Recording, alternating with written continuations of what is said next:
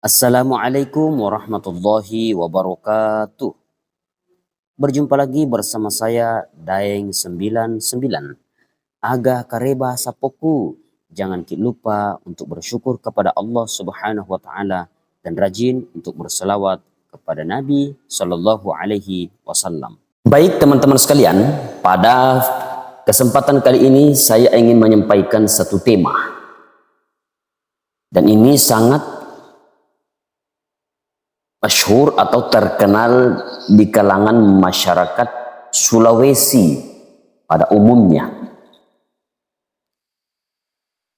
Tentunya ini kerap terjadi, kita dengarkan di Sulawesi Selatan, tentunya bagi masyarakat Bugis dan juga Makassar, istilah uang panai. Nah, dalam kehidupan kita, tentunya kita sering menyaksikan adat yang berbeda, tradisi yang berbeda dalam hal pernikahan. Mungkin kalau di Pulau Jawa tradisinya berbeda persoalan pernikahan ini. Dan tentunya mungkin kita ketahui bersama bahwa di bagian masyarakat Jawa itu tidak ada istilah uang panai.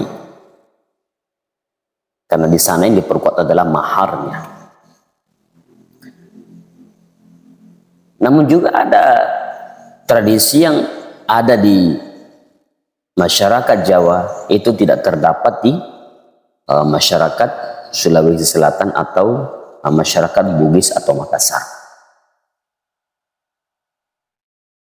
Di sini kita hanya ingin mencoba mencari tahu jawaban apa hukum, bagaimana pandangan Islam tentang uang panai ini. Ada satu pertanyaan dari seorang perempuan ya. Pertanyaannya seperti ini. Assalamualaikum Ustaz, bagaimana hukumnya ini soal uang panai? Jadi ini dia sudah mulai berlogat Sulawesi. Bisakah kodong ini dipahamkan warga Sulsel biar ada patokan standarnya supaya kami para gadis ini bisa segera dilamar untuk menikah? Dari warga ada nomornya di sini, cuma tidak kita sebutkan. Jadi gadis ini bertanya atau meminta solusi ya, untuk warga Sulawesi Selatan ini agar ada patokan standar ya, supaya para gadis ini segera dilamar. Karena memang terkadang di Sulawesi Selatan yang terkadang menjadi persoalan itu adalah uang panainya. Ada orang yang pergi, ada seorang lelaki yang pergi merantau ke luar negeri, bahkan kemana saja hanya untuk mencari uang panai. 1 tahun, 2 tahun, bahkan bertahun-tahun di sana.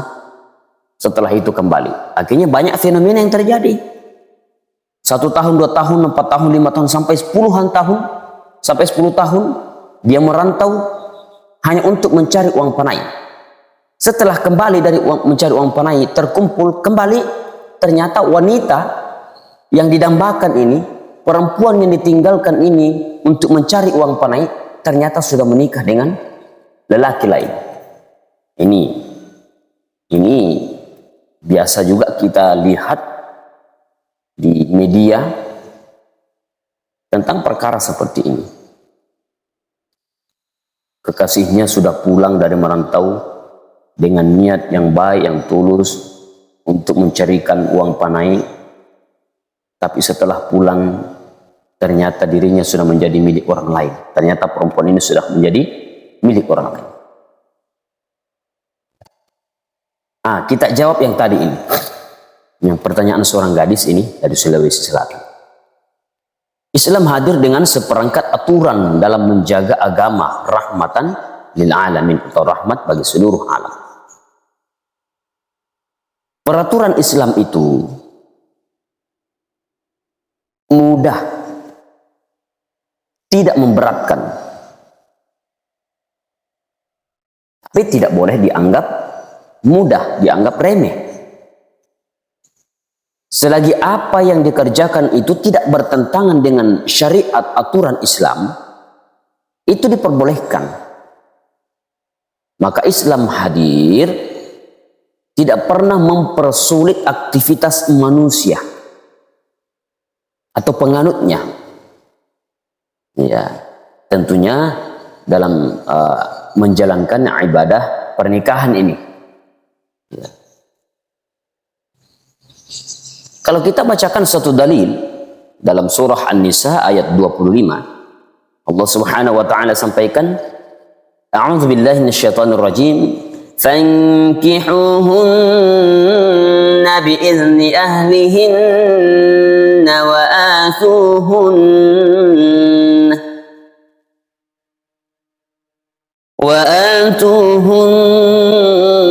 ujurahunna bil ma'ruf.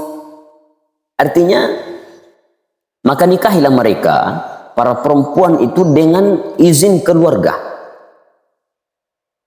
Ya, ini firman Allah Subhanahu wa taala, atas izin keluarganya.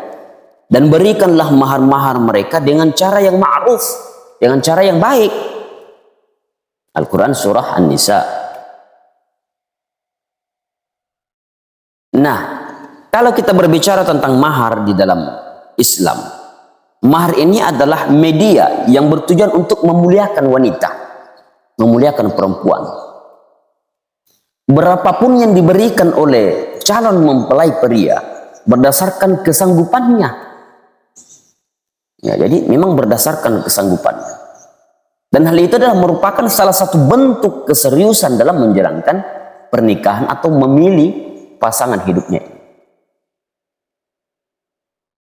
Olehnya itu, hal-hal yang berkaitan dengan proses perayaan pernikahan ini bukan lagi menjadi hal yang mempersulit penyatuan dua insan.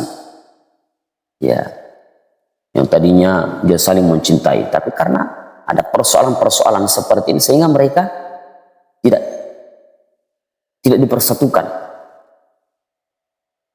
Akhirnya di kemudian hari akan terjadi hal-hal yang tidak diinginkan. Nanti akan keluar kalimat seperti ini. Kenapa juga engkau memilihkan saya pasangan dengan ini? Memang dia punya banyak duit. Tapi lihatlah kehidupan saya sekarang. Tidak ada, seakan-akan tidak ada kebahagiaan dalam rumah tangga saya. Karena memang saya hanya mencintai si dia. Yang engkau tidak bisa menyatukan saya, gara-gara hanya karena uang paneknya tidak ada. Atau tidak cukup, tidak banyak. Ya.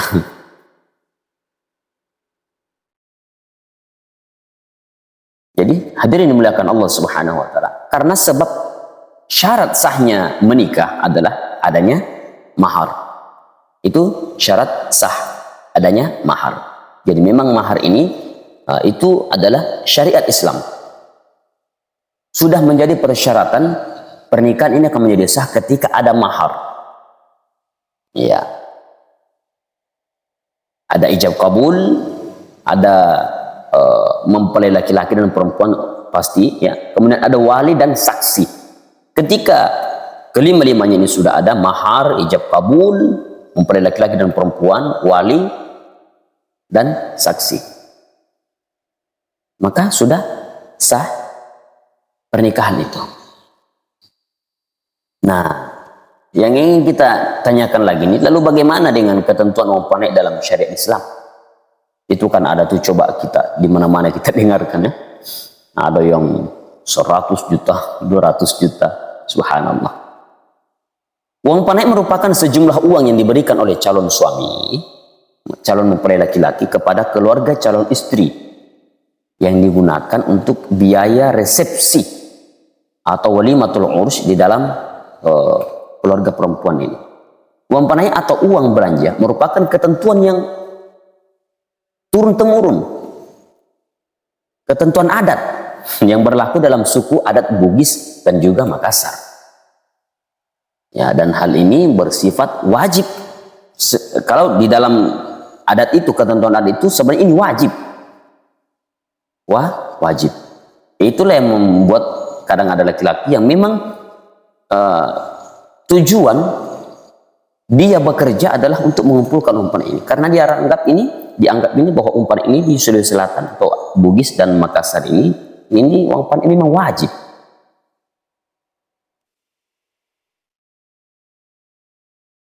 Itu dalam segi adat, bukan kewajiban dari Allah, tapi kewajiban adat. Ini yang perlu kita pahami agar kita tidak salah paham. Ya. Kemudian semakin tinggi status sosial, maka akan semakin tinggi juga uang panainya. Jadi semakin tinggi status sosial calon mempelai perempuan ini, wanita ini, atau bahkan status pendidikannya tinggi, maka akan semakin tinggi pula uang panai yang diminta oleh pihak keluarga. Jadi sebenarnya kadang-kadang ya, bukan si perempuan yang meminta uang panai itu, tapi pihak keluarganya yang bermusyawarah. Menurut adat Bugis, uang panai merupakan salah satu prasyarat pernikahan. Jadi memang menjadi salah satu syarat pernikahan. Sehingga masyarakat Bugis atau Makassar mengatakan bahwa tidak ada uang panai berarti tidak ada pernikahan atau perkawinan. Karena bagi masyarakat Bugis atau Makassar, Bugis dan Makassar, ini menjadi kewajiban atau keharusan memberikan uang panai sama seperti memberi mahar. Jadi dimuliakan Allah Subhanahu wa taala. Pemberian uang panai tidak ada di dalam hukum Islam. Hukum Islam hanya mewajibkan dalam pemberian mahar kepada calon istri dan dianjurkan kepada pihak wanita agar tidak meminta mahar secara berlebihan. Jadi memang disyariatkan oleh Islam itu adalah mahar, tetapi Islam tidak menganjurkan kepada calon istri ini agar tidak memberatkan atau tidak meminta mahar secara berlebihan. Kemudian bagaimana proses penentuan jumlah uang panai? Proses penentuan jumlah uang panai ini dilakukan dengan musyawarah. Jadi memang antara keluarga laki-laki dan keluarga perempuan mereka berkumpul musyawarah untuk membicarakan kesepakatan uang panai ini. Dan dengan adanya sebuah kesepakatan ini, maka uang panai di dalam Islam hukumnya menjadi mubah atau boleh. Jadi ketika itu dimusyawarahkan, banyak yang sepakat musyawarah hingga ada kesepakatan, maka di dalam Islam itu hukum menjadi boleh. Yang penting tadi tidak keluar daripada syariat Islam. Nah, di dalam hukum Islam tidak ada batasan terendah dan tidak ada batasan tertinggi dalam pemberian mahar kepada calon istri atau dalam mengadakan acara walimatul ursh. Namun banyak dari hadis Nabi Shallallahu Alaihi Wasallam yang menyampaikan, yang kita ketahui bersama, Nabi Shallallahu Alaihi Wasallam bersabda dalam riwayatnya bahwa wanita yang paling membawa berkah itu adalah wanita yang paling sederhana maharnya. Sederhana maharnya. Ya. Jadi Nabi memakai kata sederhana, bukan yang rendah, bukan yang yang sedikit maharnya, bukan yang rendah maharnya, bukan yang tinggi maharnya, tapi Nabi memakai kata-kata sederhana. Nah, kadang-kadang kesederhanaan ini yang tidak bisa diukur. Iya. Artinya tidak terlalu tinggi, tidak terlalu pendek, sederhana. Jadi hadirin yang dimuliakan Allah Subhanahu wa taala, barangkali inilah sekelumit pembicaraan kita pada pertemuan kita pada kali ini tentang uang panai. Jadi uang panai ini tidak disyariatkan oleh Islam, tapi hukumnya menjadi boleh apabila ada musyawarah seperti tadi. Karena keluarga pihak laki-laki dan perempuan musyawarah, artinya tercipta keluar sebuah kesepakatan, munculnya sebuah kesepakatan. Kesepakatan musyawarah inilah yang menyebabkan hadirnya hukum mubah atau boleh. Jadi kalau ada yang bertanya bagaimana hukum uang panai ini di dalam Islam, maka boleh kita menjawabnya bahwa ketika ada musyawarah lalu ada kesepakatan, maka hukumnya mubah atau boleh. Kalau dibagi masyarakat Sulawesi Selatan atau Bugis dan Makassar ini memang hukumnya diwajibkan dari segi adat, bukan hukum Islam, tapi dari segi hukum adat, ketentuan adat ini bahwa uang panai ini sudah menjadi keharusan atau kewajiban. Maka sehingga kita dengarkan tadi itu ada sebuah kalimat bahwa tidak ada uang panai maka tidak akan terjadi namanya pernikahan. Jadi mudah-mudahan kita semua hadirin wal hadirat, para pemirsa dimanapun berada, mudah-mudahan kita memahami sampai di sini. Insya Allah kedepannya kita akan mencari tahu lagi, ya membahas tentang perihal-perihal yang mungkin selama ini masih ada keganjalan di pikiran kita, masih selalu bertanya-tanya apa sih, kenapa seperti itu, bagaimana hukumnya, apakah diperbolehkan sama Islam atau bagaimana. Insya Allah salah satunya adalah uang panai ini, dan insya Allah masih banyak